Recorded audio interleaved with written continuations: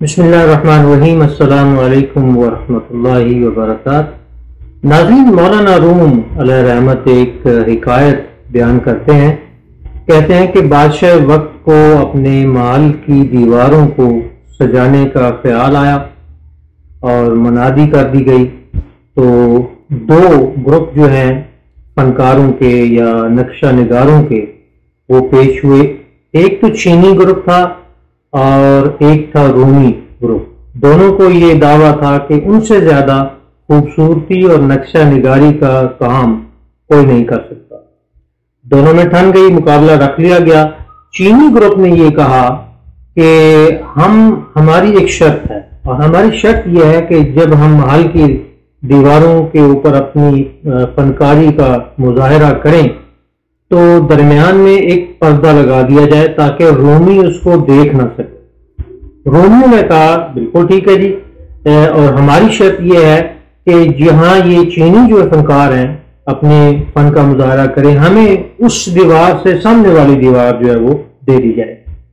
اب ہوا کیا کہ جناب وہ مقابلہ شروع ہوا اور چینیوں نے اپنے فن نقشہ نگاری کا مظاہرہ کیا اور بے مثال اور بے انتہا خوبصورت نقش و نگار جو ہیں وہ محل کی دیوار پر اس طرح سے کھینچے کہ دیکھنے والے جو ہے وہ دنگ رہ جاتے تھے اس کو دیکھ کے۔ اس کے مقابلے میں رومیوں نے کیا کیا، انہوں نے صرف ان کے پاس کچھ کیمیکلز تھے اور کچھ ایسی چیزیں تھیں۔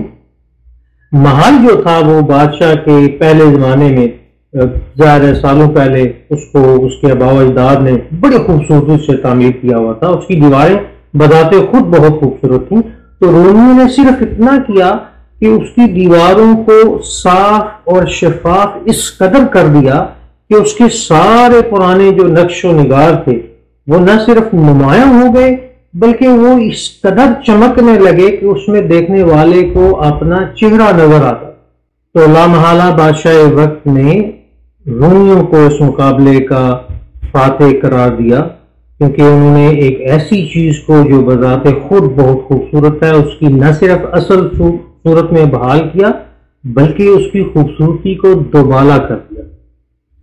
ناظرین، قدرتی سی بات ہے کہ اگر چیزیں علائشوں کی زد میں آ جائیں تو وہ صاف نہیں رہتے، ان میں میل جمع ہو جاتا ہے، اور جب کسی چیز میں میل جمع ہوتا ہے تو اس کی صفائی جو ہے وہ ضروری ہوتی ہے۔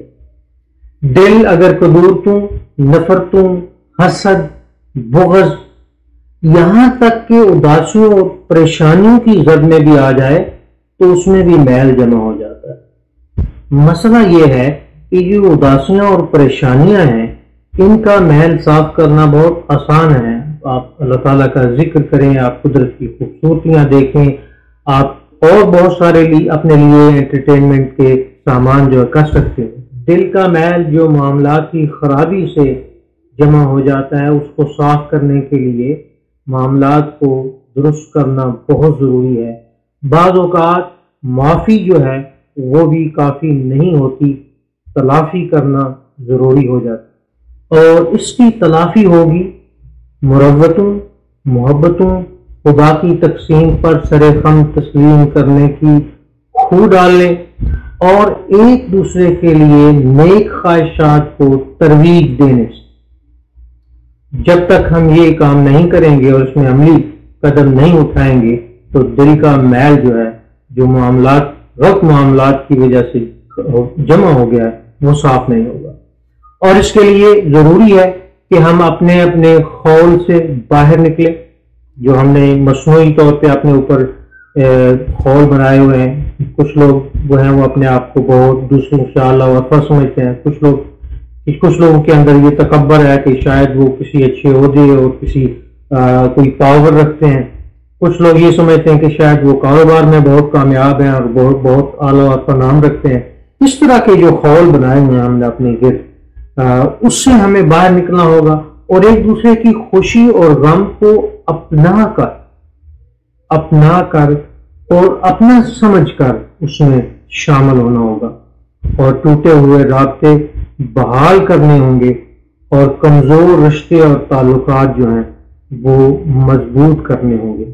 اس میں نہ صرف انسانیت اور انسانی معاشرے کی بقا ہے، اس میں اللہ تعالیٰ کی رضا بھی ہے۔ علیکم السلام ورحمۃ وبرکاتہ۔ پاکستان زندہ باد۔